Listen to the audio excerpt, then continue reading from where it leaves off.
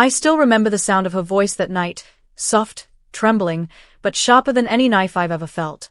My mother leaned close, her perfume mixing with the smell of champagne and shame, and whispered, "You'll always be a disgrace to this family."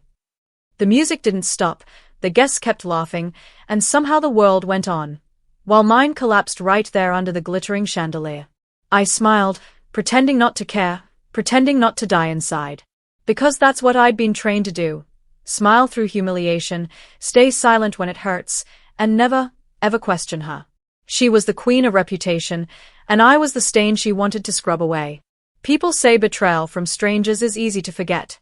But when it comes from your own mother, it never leaves your bones. I can still hear that whisper in my sleep, the one that told me I wasn't enough for the family I gave everything to. And what she didn't know that night was, I recorded every word. On the outside, we looked like the kind of family people envy. The Carters, respectable, well-dressed, smiling in every Christmas photo. My mother, Margaret, was the architect of that illusion. She believed reputation was everything, and we were her masterpiece. A family's name is like glass, she'd always say. Once cracked, it never shines the same again. I grew up believing her, trying to be the daughter who kept that glass polished. I studied hard, stayed out of trouble, and never talked back. But no matter what I did, the shine was always on Rachel, my younger sister, the golden one. She had my mother's charm, her smile, her effortless way of winning people over. At family gatherings, the compliments always drifted toward her like magnets. "Rachel, you look stunning." "Rachel, you have your mother's grace." And then, a polite nod to me. "Lena, you look nice." It sounds small, but those moments collect like dust on the soul. Every time, I told myself it didn't matter. Love isn't a competition. But deep down, it felt like I was running a race where the finish line kept moving.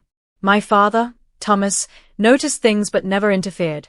He was the quiet type, the kind of man who'd rather fix a broken chair than a broken heart. He'd pat my shoulder sometimes, like a silent apology for not speaking up. Grandma Nora, though, she saw everything. She'd squeeze my hand under the dinner table and whisper, "Don't lose yourself trying to please people who enjoy your silence." Still, I kept trying. I helped with Rachel's graduation, planned her engagement party, even wrote her speech when she got nervous. I thought maybe, just maybe, my mother would see me differently if I kept showing loyalty. But each act of kindness only made me more invisible. At dinners, I'd sit beside her, listening as she praised Rachel's job, Rachel's fiancé, Rachel's future. My plate would grow cold as I waited for her to ask about mine, about Ethan, my own fiancé, who sat beside me trying to blend into the wallpaper. He once whispered, "Does she even know we're getting married?" I smiled sadly and said, "Only if Rachel mentions it first." Aunt Diane would laugh too loud, her voice dripping with gossip. "Margaret, your girls are so different. One's a star, and the other, well, the quiet ones always surprise us, don't they?" Mother's reply was a dagger wrapped in silk. "Lena's reliable, that's her strength. Every family needs one. Reliable. Not loved. Not admired. Just useful." That evening, as we posed for another perfect family photo, I noticed something new in my reflection. My smile looked tired. My eyes, hollow. I realized I wasn't part of the picture. I was the frame, there to hold everyone else together. And then, just as the camera flashed, I saw my mother glance at Rachel and whisper something that made them both laugh. For the first time, I wondered if their perfect little world had room for me at all. Cliffhanger. That night, a message appeared on my phone, one that would shatter every illusion of love my family ever claimed to have. The message came late that night, just as I was folding away the leftover decorations from Rachel's engagement party. It was from my mother. "We need to talk about your wedding plans. Don't rush things." No greeting, no congratulations, just control.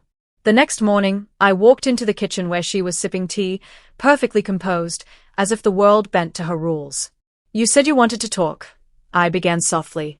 She didn't even look up. "Your sister's wedding will be next spring. I think you should wait until after hers." I froze. "Wait? Why? Ethan and I already." "Because, Lena," she interrupted, her tone sweet but sharp, "we can't have two weddings too close together. It would confuse people. Make our family look desperate for attention." There it was, That word again. Appearance. Always appearances. Never feelings. I looked at my father, hoping for some sign of support, but he just stared into his newspaper like the words might protect him.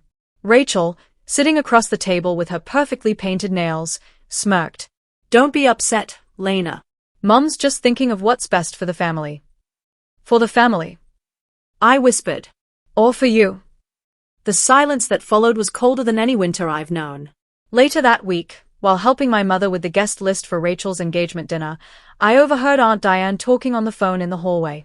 Poor Lena, she said, her voice dripping with false sympathy. Always the backup daughter. Bless her heart, she tries so hard to keep up with Rachel. Something in me snapped. I stepped into the hall and said quietly, You don't have to pretend when I'm not around, Aunt Diane. She blinked, startled, then laughed like it was a joke. Oh honey, don't be sensitive. We all know Rachel's the star of the family. You've got other strengths. Dependability, maybe. Dependability. As if I were a housekeeper, not a daughter. I went to my room, shut the door, and for the first time, I cried not because I was hurt, but because I was angry. Angry at the way they made me small so they could feel bigger. Angry at myself for letting them. When Ethan arrived that evening, I tried to hide it. But he saw my swollen eyes. What did they say this time? He asked. I hesitated, then confessed everything. They want me to postpone the wedding. For Rachel. He stared at me in disbelief. And you're going to let them? I don't have a choice, I said weakly. You don't understand. If I go against her, she'll never forgive me. Ethan's voice hardened. Forgive you for what? For wanting happiness? Lena, this isn't a family, it's a performance. That night, at dinner, my mother made a toast to Rachel and Lucas, the perfect match. She didn't even mention Ethan's name. When he reached for my hand under the table, she noticed and frowned, as if affection was something indecent. Keep your private matters private, she said coolly. The guests laughed nervously, pretending not to hear the venom in her tone. My cheeks burned. Rachel leaned over and whispered, You really should learn not to make things awkward. I bit my tongue until I could taste blood. After everyone left, my mother approached me by the door. Don't make a scene next time, Lena. You embarrassed yourself. I wanted to scream, to tell her she embarrassed me my entire life. But instead, I just stared at her and said, One day, you'll regret treating me like this. She smirked. I doubt that. If pain had a sound, mine would have been the quiet kind, the sound of a woman biting her tongue so hard it almost bleeds. After that anonymous message, I knew something inside my family had shifted. The whispers had grown louder, and I was now the favorite topic at every tea table. At Rachel's bridal shower, my mother's voice carried through the room like a sermon. Every woman should know her place. Dignity comes from knowing when to stay quiet.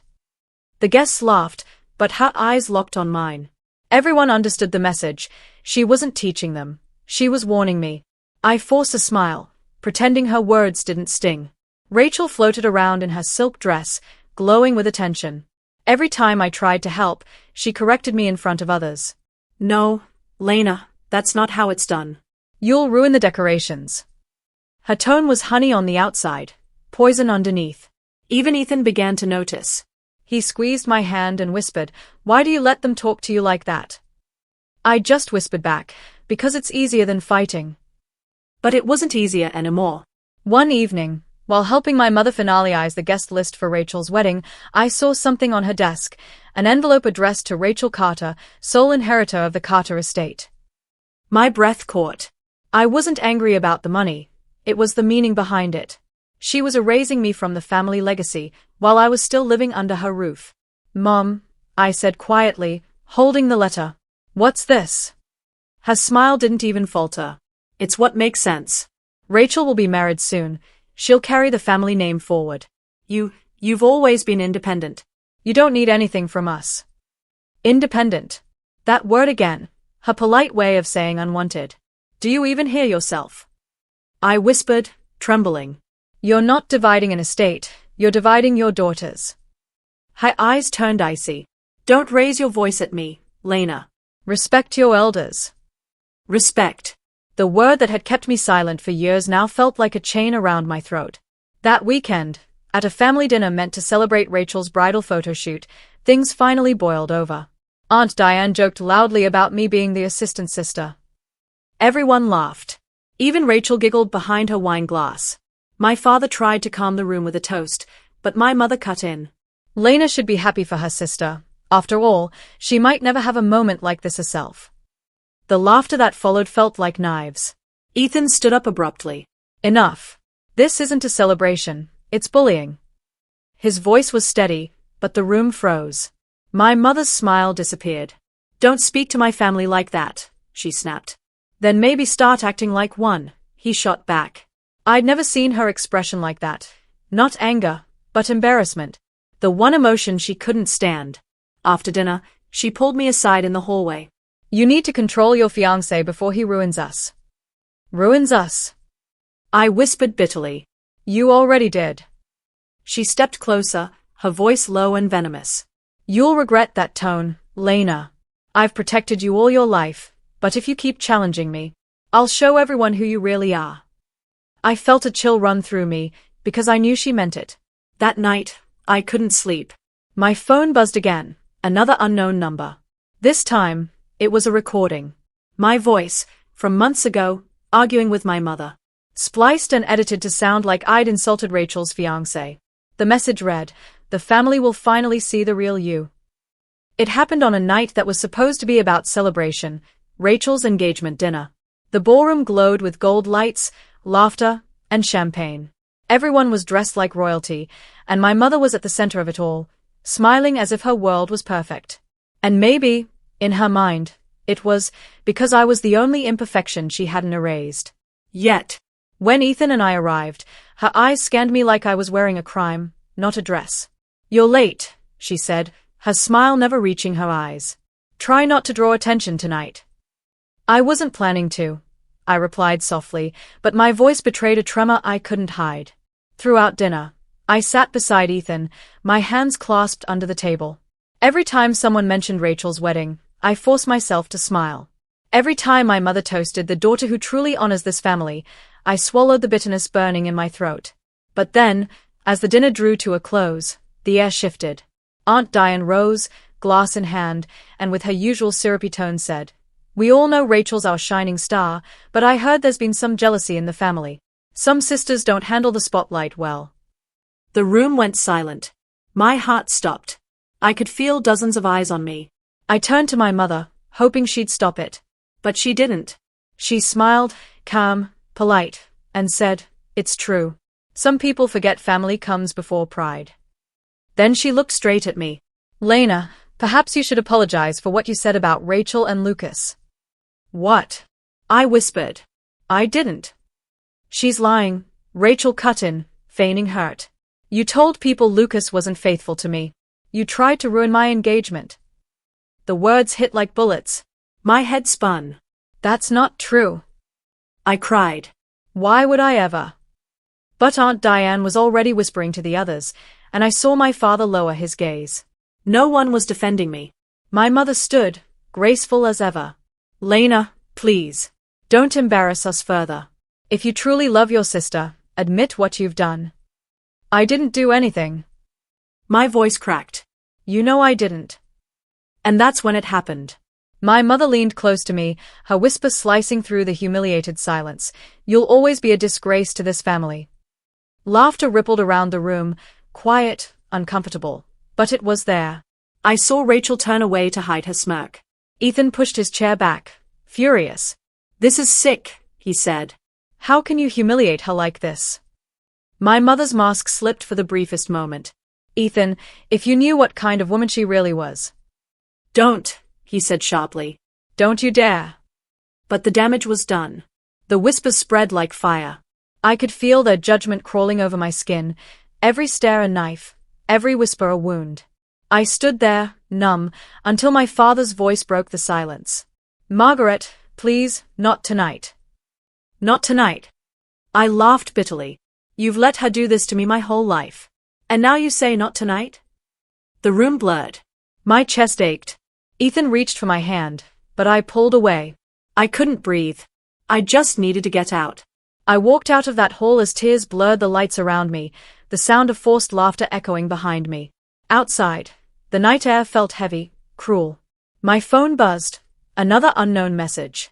I almost didn't look, but when I did, my knees went weak. It was a video.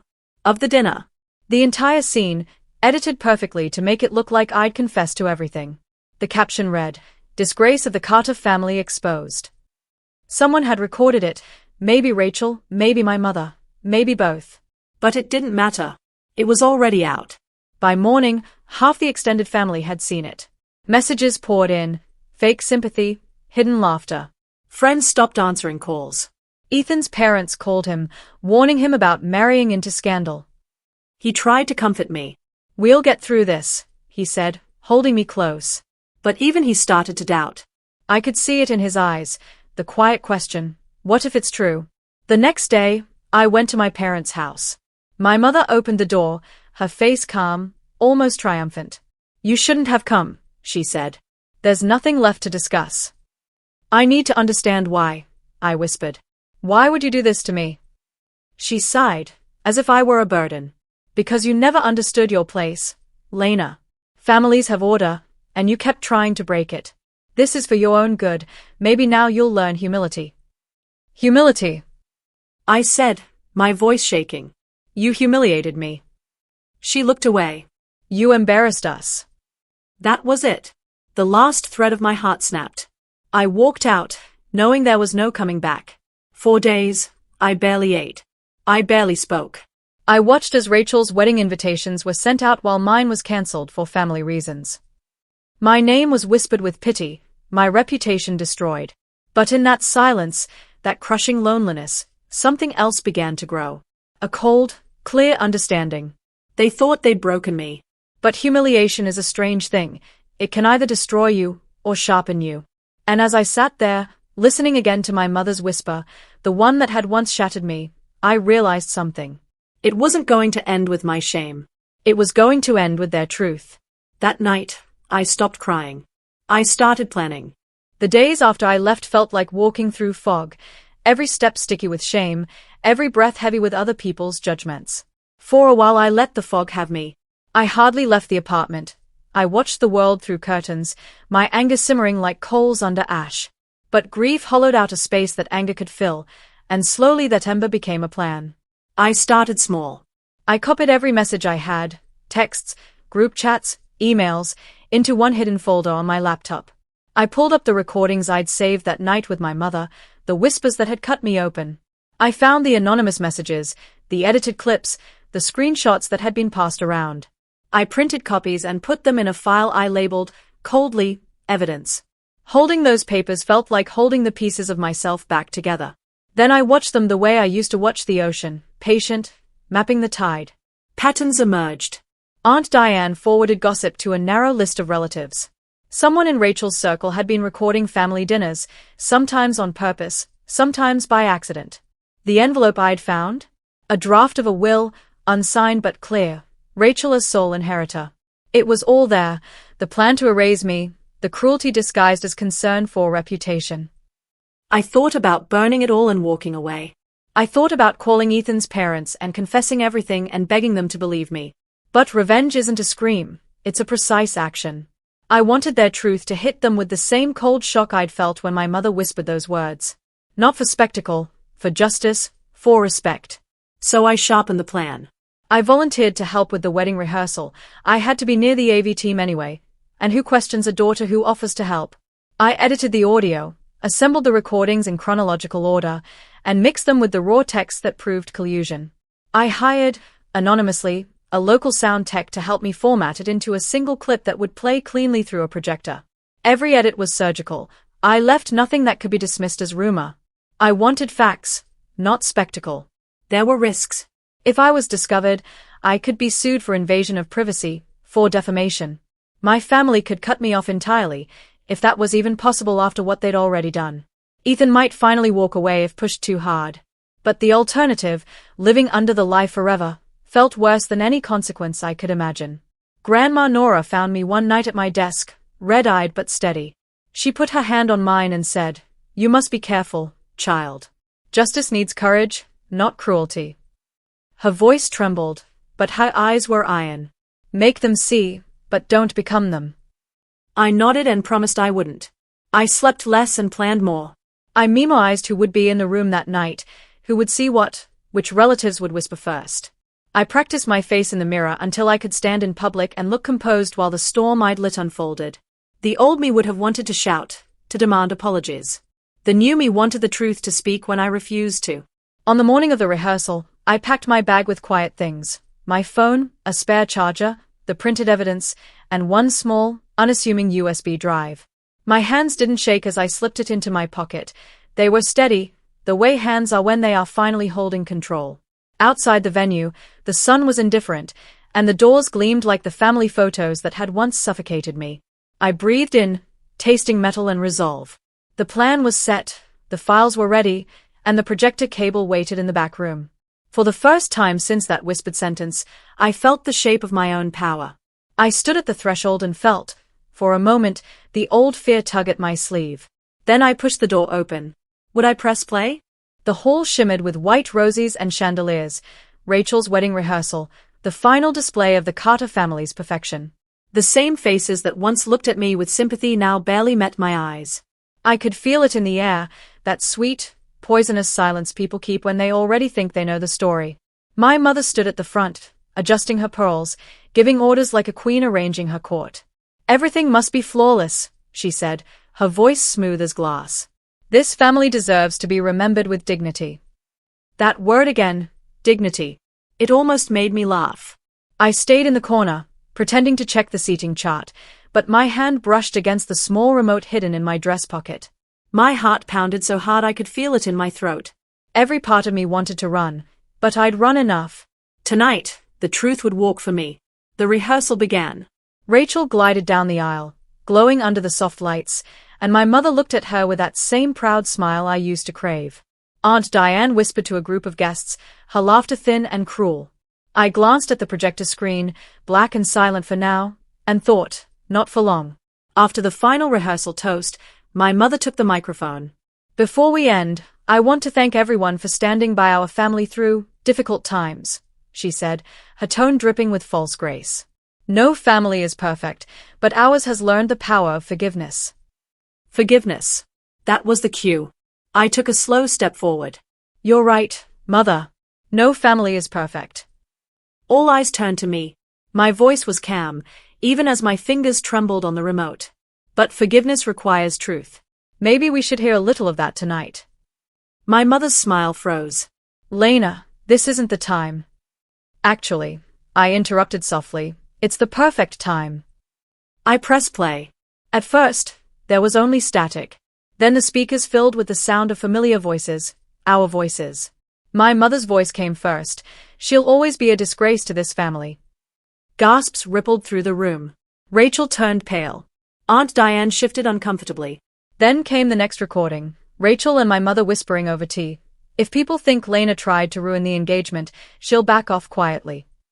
The whispers filled the hall, amplified, undeniable. The very same poison they had whispered behind closed doors now echoed through their perfect party. "Turn it off," my mother snapped, rushing toward the sound booth. But it was too late. The truth was louder than her command. A slideshow lit up the projector screen. Screenshots of messages, emails, and group chats. Each one showing their words, the lies, the manipulation, the gossip. The audience stared in horror as their carefully polished image cracked in real time. Rachel gasped, covering her mouth. "Mom, you said no one would ever see that." The room erupted in murmurs. Someone whispered, "So it was all true." My father stood frozen, eyes wide, realization washing over him like a wave. Grandma Nora sat silently, tears glinting, but her lips curved into the faintest, proudest smile. My mother turned to me, her mask finally gone. "You think humiliating us makes you right?" I stepped closer, my voice steady but low. "No. The truth makes me right." She trembled, anger and shame twisting her face. "You've destroyed your family." I met her eyes, the same eyes that had once terrified me. "No, Mother. I just stopped letting you destroy me." The hall was silent except for the faint hum of the speakers. Rachel broke first. "You used me," she whispered to our mother. "All this time, you used me to hurt her." My mother turned to her, desperate. I did it for you. For the family's name. But no one was listening anymore. The truth had already spread, through every phone camera, every whisper, every stunned stare. The empire of lies she built had collapsed in seconds, right there under the glittering chandelier. I took one last look at her, the woman who once called me a disgrace. Now, she stood exposed, trembling, small. I didn't ruin this family, I said softly. I just revealed what it already was.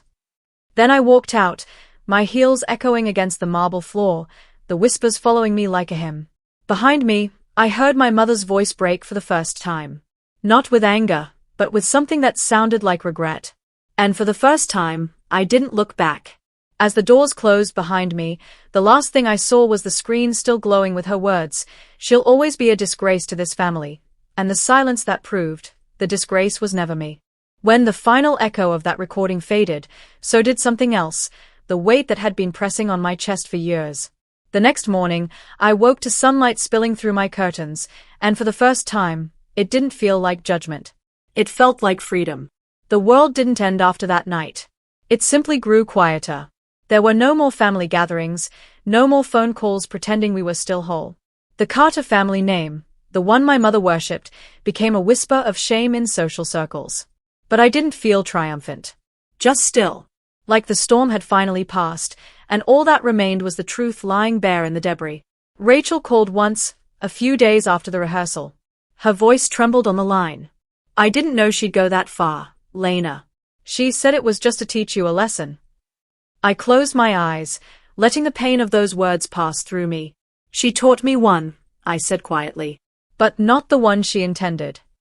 She didn't respond. We both knew that nothing could undo what had been done. My father came to see me a week later. He stood in the doorway, hands shaking, eyes sunken. "I should have stopped her," he said. "I should have protected you." For a long time, I said nothing. Then I reached for his hand. "It's not too late to be honest, Dad. That's all I ever wanted." He nodded, tears tracing the lines of guilt down his face. For the first time, I saw my father not as weak, but as another casualty of her control, another soul suffocated by her obsession with appearances. As for my mother, she never called. Word spread that she stopped attending her church meetings, that she'd fallen ill, both in body and in spirit. I don't hate her. I don't think I ever could. But forgiveness isn't about letting someone back in. Sometimes it's about letting them face themselves. Grandma Nora visited on a Sunday afternoon, bringing me homemade bread and that same knowing smile. "You did what most people are too afraid to do," she said, sitting beside me. "You took back your dignity." "I didn't want revenge," I admitted softly. "I just wanted the truth to breathe." She nodded. And it finally did. The house was quiet after she left. I walked through the rooms, feeling the peace in their emptiness. There were no more whispers, no more performances, just the sound of my own heartbeat, steady and unbroken. Ethan came by that evening. We stood on the porch, watching the sky turn gold. "Are you okay?" he asked gently. "I will be," I said. "For the first time, I'm not scared of who I am." He smiled, brushing my hair back. "Then they didn't destroy you. They freed you." I looked out toward the fading sun and finally allowed myself to smile. "No," I said softly. "I freed myself." That night, I wrote a single line in my journal, the one I'd kept hidden through all those years of silence. "Respect built on lies will always crumble, but dignity built on truth never falls." And as I closed the cover, I realized that revenge wasn't about humiliation or anger. It was about reclaiming the voice they tried to bury. They say silence protects families. But sometimes, silence is the very thing that destroys them. In the end, I learned that peace doesn't come from being accepted. It comes from accepting yourself, even when no one else will. Dignity isn't something others can give or take. It's the quiet power of standing up, even after being broken. And when the world finally sees the truth, you don't need to shout. You just need to walk away, and let the silence speak for you.